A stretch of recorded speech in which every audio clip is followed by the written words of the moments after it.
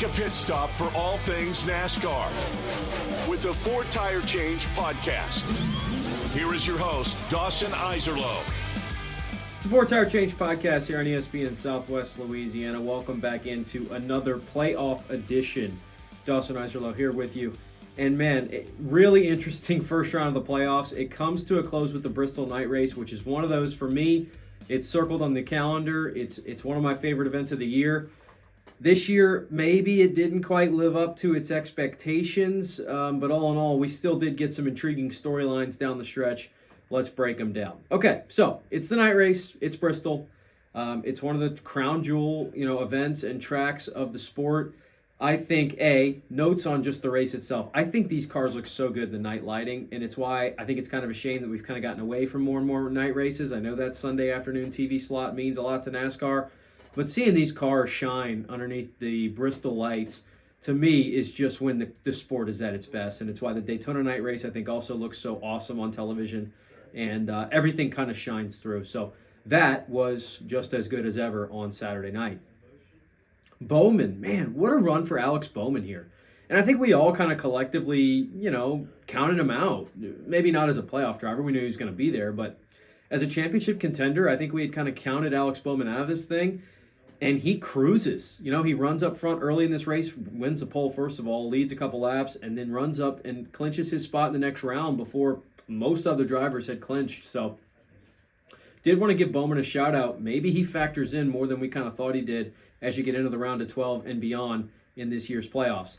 Daniel Suarez struggling early, which he had built himself a nice cushion. He had taken advantage of the road course super speedway / drafting track combination, which, by the way, more on that in the round of 12, which I'm not maybe the biggest fan of. But the point is, Suarez had put himself in a good spot, so he's struggling, and you're going, this could be bad. Martin Truex Jr. trying to get in his last full-time season in the Cup Series. Kyle Larson just dominant throughout this whole stretch, so we don't even really have to talk about what was happening at the front of the field. Kyle Larson was dominating this thing front to finish. I mean, it took him a handful of laps, right, to get past Bowman like I talked about, but it was Larson's race from the very beginning for the most part.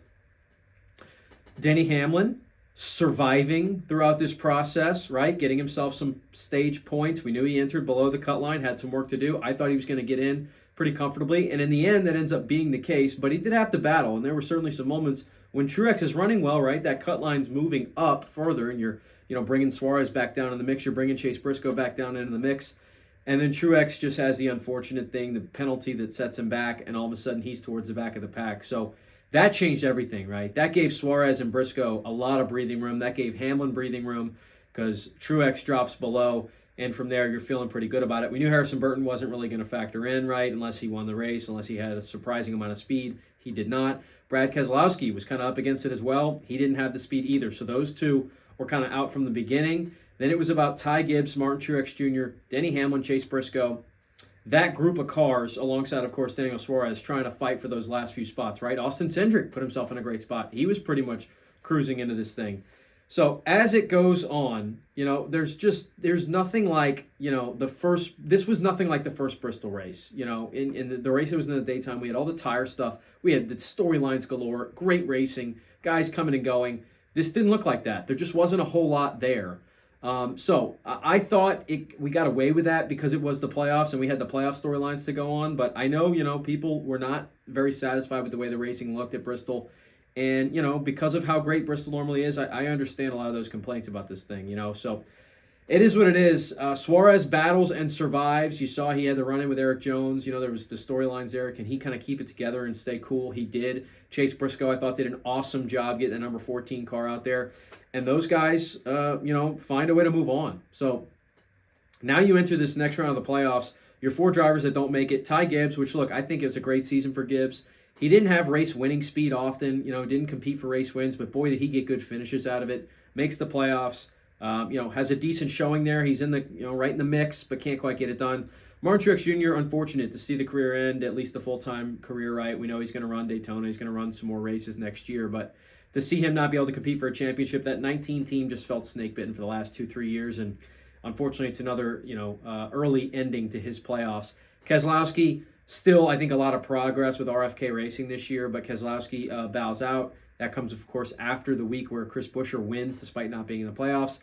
And then Harrison Burton, it was a Hail Mary story to get him in the playoffs. He doesn't last very long. He's going to be headed down to the Xfinity Series next year, driving that number 15 car.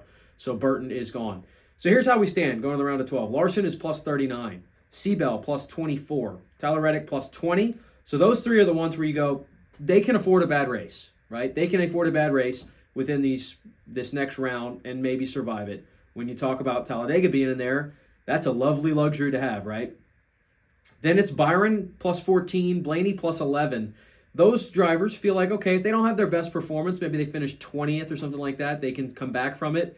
But you don't want to have a DNF because all of a sudden you're going to be on the wrong side of the cut line in a hurry, right? Hamlin's plus 7, Elliott's plus 6. So those two guys who we both think have a shot to compete for the championship, they don't have a whole lot of margin for error. They have got to get a good finish, and it starts this week at Kansas, which we'll preview in just a moment. Logano plus 4, another one, look, we think he can compete. Here's the interesting thing. Out of the 4 drivers who start the round below the cut line, I think 3 of them we would expect not to move on.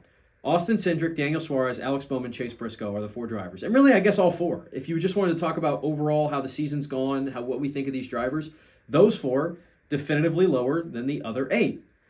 But Austin Cindric was great in the last round of the playoffs. Alex Bowman was even better in the last round of the playoffs. Suarez was really solid until Bristol, and that's part of the reason he moved on. And Briscoe was also really good. So those guys all had pretty good runs in the round of 16. And you take a look at the 3 tracks we have in this round of 12.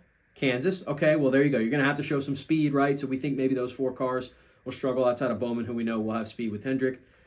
Talladega, all bets are off. Charlotte Roval. Completely different style, right? A road course and a drafting track again. So personally, I know this was a little bit different this year because of everything they had with the way the playoff schedule changed, because of the Olympic break and things like that. So I know it's not going to look like this next year definitively anyway. But to have Atlanta and Watkins Glen in the first round, which I think just change what you're capable of, and now Talladega and the Roval in the second round, the cars who have the traditional speed, and I think, what makes up the most of the NASCAR Cup Series schedule is those 1.5 miles, the mile tracks, the ovals where you need to bring speed to the racetrack. You just don't have a lot of that. And you'll have it at Kansas. So again, those guys might fall way behind the 8 ball, and it might be a situation where they're trying to make up points. But you could have a couple of your championship favorites wreck out early at Talladega and have their championship runs completely eliminated. Now, I know Talladega's always been a part of the playoffs, but to have it back-to-back, now when you had Atlanta and now you have Dega, it's just not my favorite, but it could make for some really interesting things, because even though, like I said, you have 4 drivers who maybe would be the 4, favorites not to make it out, if they have a great finish at Talladega, if Suarez runs up front, gets some stage points like he's been prone to do, Austin Cindric, who's really good at road courses and really good at drafting tracks, they could flip this thing upside down. So, for an entertainment purposes, the second round of the playoffs, I think, is going to be extremely fascinating. And it goes to tell you the first race is Kansas, so this time you get that 1.5 miles right away. If you're a car that feels like you're going to have really good speed, which we would think, the Bells, Larsons, Reddicks, Byrons of the world, Hamlin, Elliott included, Logano, right? You better go get your finish in that first race. You better put yourself in a really good spot, rack up some stage points, get yourself a top 5, a top 10, to go into Talladega with some breathing room, because, we know it. It can happen in a blink at a track like Talladega. So excited for the second round of the playoffs. If I had to pick 4 guys not to make it, not to move on, I would take those 3, Cindric, Suarez, and Briscoe. I would swap Bowman out for Logano and take Logano to not make it, but I really would not be surprised if any other type of combination happens. I don't feel very good about where we are. And I do think, Cindric, with how he runs at road courses and drafting tracks, has a shot at it. So it'll be fun. We know that for sure. Kansas this weekend. So important for those guys at the front, right, to get it done. I thought about taking Larson. The momentum factor feels real. Give me Christopher Bell again, though. I just really like the momentum they have right now. I really like where they are. They didn't win at Bristol, but they were really good. Nobody was going to beat Larson on this day, but I think Bell and that team are kind of peaking at the right time, as it feels like they always do. Give me Seabell to punch his ticket to the round of 8. And by the way, that's the other kind of caveat here. Man, getting a win at Kansas will take the pressure completely off for that one driver. I do think a playoff driver wins at Kansas. I don't think we're going to see somebody like Chris Buescher spoil the party, right? If one of those drivers can get that victory, that takes an unbelievable amount of pressure off of you at Talladega and the Roval, and you can just go for those playoff points, right? Because you get 5 for the win. You can get another 5 if you win one of those other races.